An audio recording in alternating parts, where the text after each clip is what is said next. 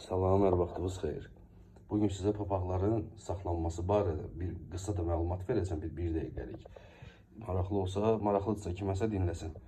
Deməli, yay aylarında çalışın. Papaqlarınızı ilk növbədə dolablarda, qapalı şəraitlərdə saxlamayın. Salafon paketlərdə saxlamayın. Hər hansısa bir parçaya, tənzifə büküb saxlamayın. Yəni, çox adam naftalin qoyur, tütün qoyur və yaxud nə edir, yəni heç bir kömək olmur onun.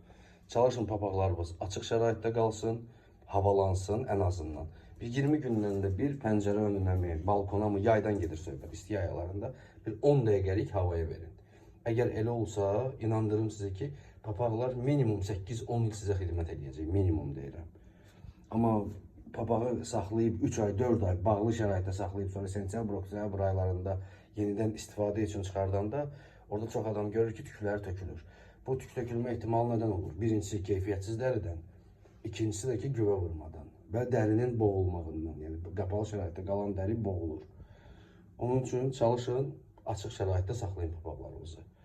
Yəni istənilən yerdən papaq sifariş edərkən, papaq alarkən zəmanət alın. Məsələn, bizdə bütün papaqlara 2-3 il yazılı zəmanət verilir. Gününüz uğurlu olsun. Milli Papaq Azərbaycan.